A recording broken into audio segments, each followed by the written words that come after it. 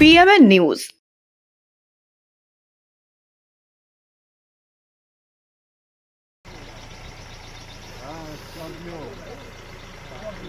XUV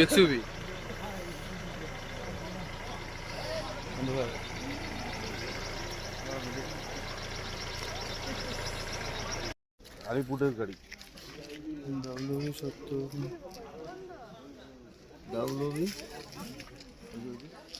এই তো বাদ দিয়ে থাক এমন ঢেলে থাক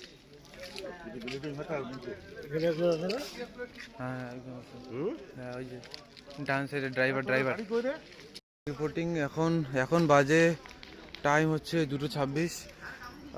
পুটিমারি সেন্ট্রাল ব্যাংকের সামনে রাত্রিবেলা এখানে অ্যাক্সিডেন্ট হয়েছে।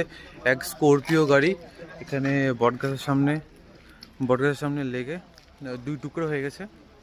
গাড়ির সামনের পার্ট একটা ওখানে রয়েছে। গাড়িতে সম্ভবত 4 জন রয়েছিল, একজন এখানে স্পট ডেড, 4 জনই অলমোস্ট স্পট ডেড। এটা একদম স্পট ডেড হয়ে গেছে, আর 2 জন ওদিকে স্পট ডেড।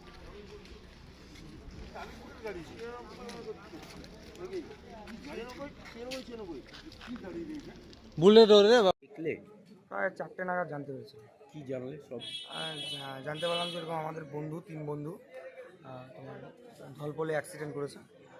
তো তারপরে আমরা আসলাম হসপিটালে। দুইজন বন্ধু স্পট ডেড হয়ে গেছে। একজন বন্ধুকে হসপিটাল মানে ইমার্জেন্সির থেকে উপরে নিতেই ওইখানেই প্রাণ হারিয়েছে। আর একজনের অবস্থা শোচনীয়, তাকে এখন কুচবিহারে শিলাতে ভর্তি আছে। সে কি ড্রাইভার? সে ড্রাইভার ছিল। গাড়িটা বিনয়।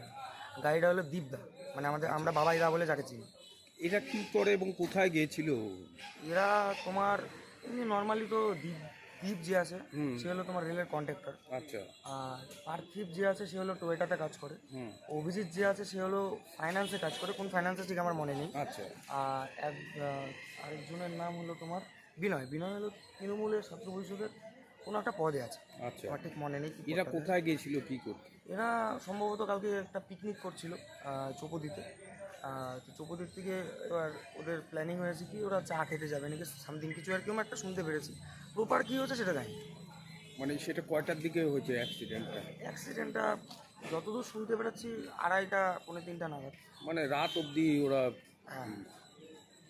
এখন কি পরিস্থিতি আর কি বলবো, আমাদের 3 বন্ধু তো মারা গেছে।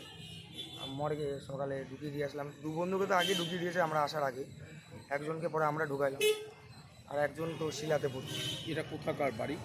একজনের বাড়ি হলো আমার বাড়ির পাশে, আমার পাড়াতে বিবেকানন্দ ক্লাবের সামনে। সবই জংশন? 3 জন? 3 জনই জংশন। একজনের বাড়ি হলো তোমার জয়ন্তী, অভিজিৎ দাস। তার বাড়ি হলো জয়ন্তী। এদের বয়স ওই আনামনিক সবাই 23-24, এর বেশি হবে। তোমার নাম? আমার নাম সৈকত দাস। কিভাবে অ্যাক্সিডেন্টটা হলো যা শুনতে পারলাম? অ্যাক্সিডেন্টটা হয়েছে যতদূর শুনতে পেরেছি, ওরা নাকি প্রায় গাড়িটা প্রচুর ওভার স্পিডে ছিল, প্রায় 150 to 180। আচ্ছা। এবার টার্নিং নিতে গেছে ওখানে ইকো ব্যাংক বলে একটা জায়গা, ইকো ব্যাংকের সামনে একটা বট গাছ আছে। বট গাছের সামনে ওরা টার্নিংটা নিতে পারেনি। হ্যান্ডেলটা যতদূর সম্ভবত স্পোর্টস এডিশন গাড়ি ছিল তো এটা, তো হ্যান্ডেলটা যতদূর সম্ভবত লক হয়ে গেছে। ওটার জন্য হয়তো টার্নিংটা নিতে পারেনি, ওটার জন্য গিয়ে হয়তো মেরে যাচ্ছে এরকম কোথায় মারছে এমনি কি বোঝা যাচ্ছে? গাছে মারছে যতদূর সম্ভব। কি পরিস্থিতি গাড়ির পরিস্থিতি তো একদমই খারাপ, মানে দুমড়ে মুচকে গেছে, কোনো মানে চেনা যাচ্ছে না যেটা কোন গাড়ি। তোমার নাম? আমার নাম সৈকত দাস। ঘটনা কাল রাতে আমি শুনলাম, তখন বাজে 2:30 এমনি হবে। তো অত রাতে তো আমি মহিলা মানুষ বেরোতে পারি না। আমি যখন ভোর 5টার সময় আসলাম, এসে মানে খুব দুঃখজনক ঘটনা। আমারই সাথে আমরা একই পঞ্চায়েতি করছি। সেই কাকুর ছেলে মানে ওখানে পিকনিক করতে গিয়ে ফেরার পথে গাছে লেগে 3টি যুবকের প্রাণ হারায়, আর একজন শিলা নার্সিংহোমে অ্যাডমিট আছে। কি শুনতে পেলেন? এরা কোথায় গিয়েছিল, কি করছিল?